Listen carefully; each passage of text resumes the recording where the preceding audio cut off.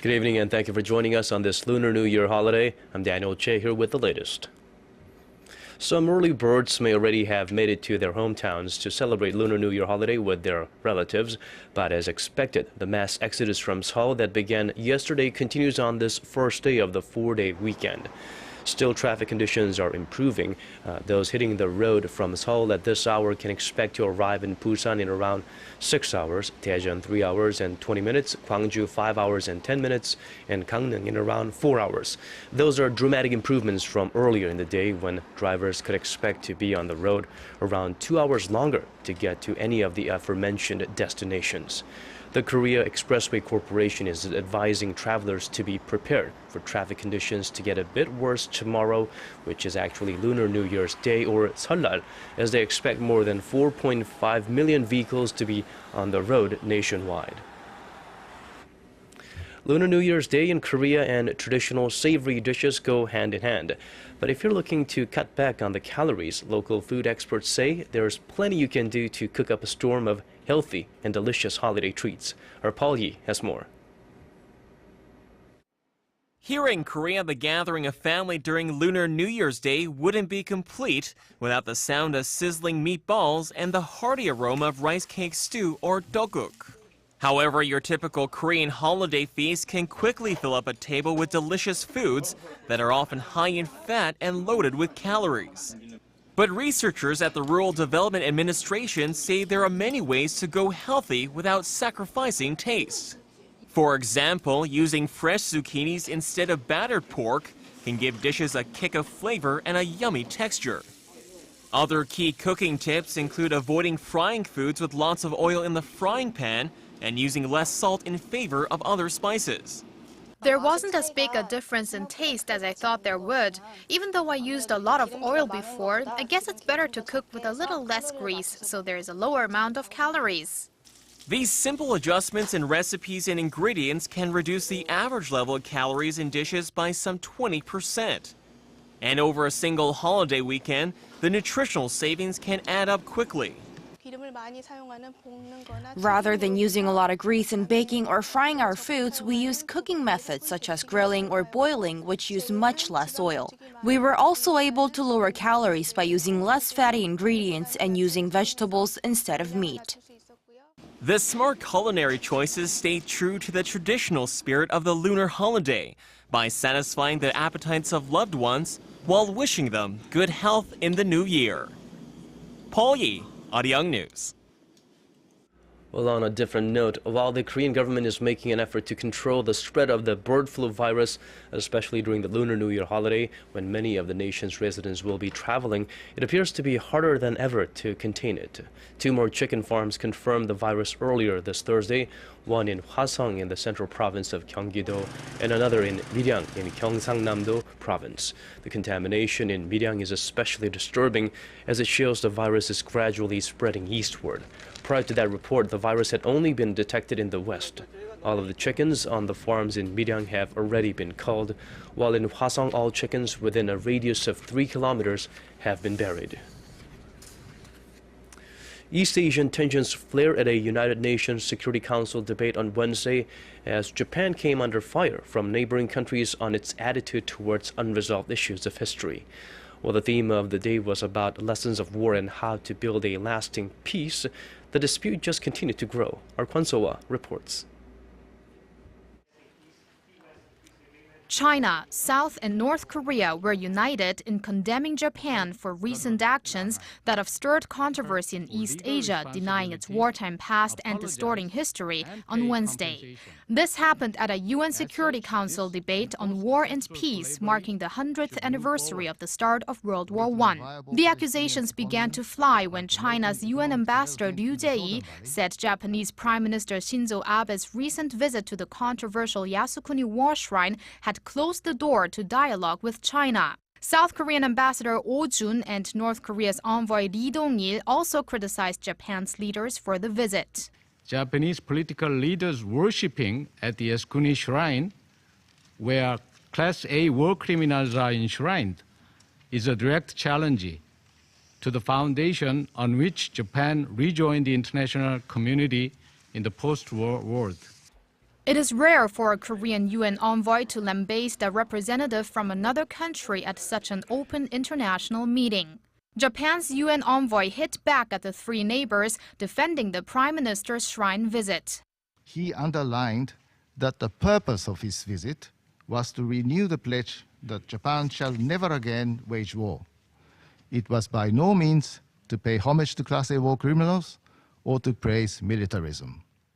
Prime Minister Abe said the same day that he would ignore an advisory issued by the UN Committee on Social, Economic and Cultural Rights last May to punish those responsible for the Japanese military sexual enslavement of women during World War II, compensate the victims and issue a formal apology from the Japanese government. Kwon So-ah, ARIRANG News. Now, staying with the tensions in East Asia, a Japanese politician has made a comment that seems to imply a comparison between the women who were forced into sexual slavery during World War II and prostitutes. According to Japanese daily Asahi Shimbun on Thursday, lawmaker Masashi Nagano said that he sees no reason why Japan still has to be responsible for the comfort women when there are currently 50,000 Korean women working in the sex industry. The previous day, an aide to U.S. President Barack Obama encouraged all world leaders to demonstrate a degree of sensitivity to historical concerns. North Korea is gearing up to upgrade its missile capabilities, according to the latest analysis of satellite images of its main satellite launch site. Johns Hopkins University's U.S.-Korea Institute reported on movements that indicate an expansion of the Sahae site in Tongchangli. The institute said that on its 38 North blog, the modifications should provide North Korea with more advanced missile capabilities, possibly giving it the ability to eventually strike U.S. soil. It said that the evidence indicates Pyongyang may be preparing for a more robust rocket test program in the future. The institute also said the North may have tested a rocket engine needed for its road-mobile KN-08 intercontinental ballistic missile. Back in 2011, Robert Gates, the former U.S. Secretary of Defense, did mention that North Korea could develop intercontinental missiles capable of hitting the U.S. Pacific coast within 5 years. Moving on to other stories, as widely expected, the U.S. Federal Reserve has decided on a second straight cut to its bond-buying stimulus program. Policymakers here in Korea say the impact of the Fed's move on the domestic economy will be limited. ARIRANG's Hwang Ji-hye has the details. The Korean government said Thursday that the U.S. Federal Reserve's decision to further scale back its monthly bond purchases will have a limited impact on the domestic economy. In a meeting with government officials and market watchers, Finance Minister Hyun Ho-seok cited the nation's strong economic fundamentals. Considering Korea's solid fundamentals, like the current account surplus and sufficient foreign reserves, there will be little impact from the Fed's decision. While downplaying the impact of the Fed's move, the Korean government still said that there are risks stemming from emerging markets like Argentina and Turkey, where stimulus tapering could cause market instability. We will keep a close eye on the global market fluctuations that may occur due to the Fed's stimulus tapering. The economic policymakers added that the government will maintain its current emergency monitoring of the global market and work with related agencies to take action if necessary. The government's prediction comes after the Fed's decision to cut its monthly bond purchases for a second straight time by $10 billion to $65 billion, given the positive outlook for the U.S. economy. Experts echoed the Korean government's position, saying that the Fed's move, which was widely expected, would not pose major new challenges for the Korean economy. Hwang Ji-hye, ARIRANG News. Motorola Mobility will soon be a Chinese company after Google announced Wednesday it is selling the struggling U.S. cell phone maker to Chinese computer maker Lenovo for almost $3 billion. With the move, the internet search giant steps out of the smartphone manufacturing business for good. The sale price is a lot lower than the $12.5 billion that Google paid for Motorola back in late 2011, but Google shares rose 2.6% in after-hours trading on optimism that the company had ditched a business that was nothing but a drag on its earnings. It seems like a win-win scenario for both sides as Lenovo gets the Motorola brand and current and future products, including the Moto X smartphone. The Chinese company will also acquire more than 2,000 patents in the Motorola trademark portfolio, making the new Motorola a potentially dangerous competitor in the global smartphone market. Time now for a check on the weather conditions in your neck of the woods and around the world.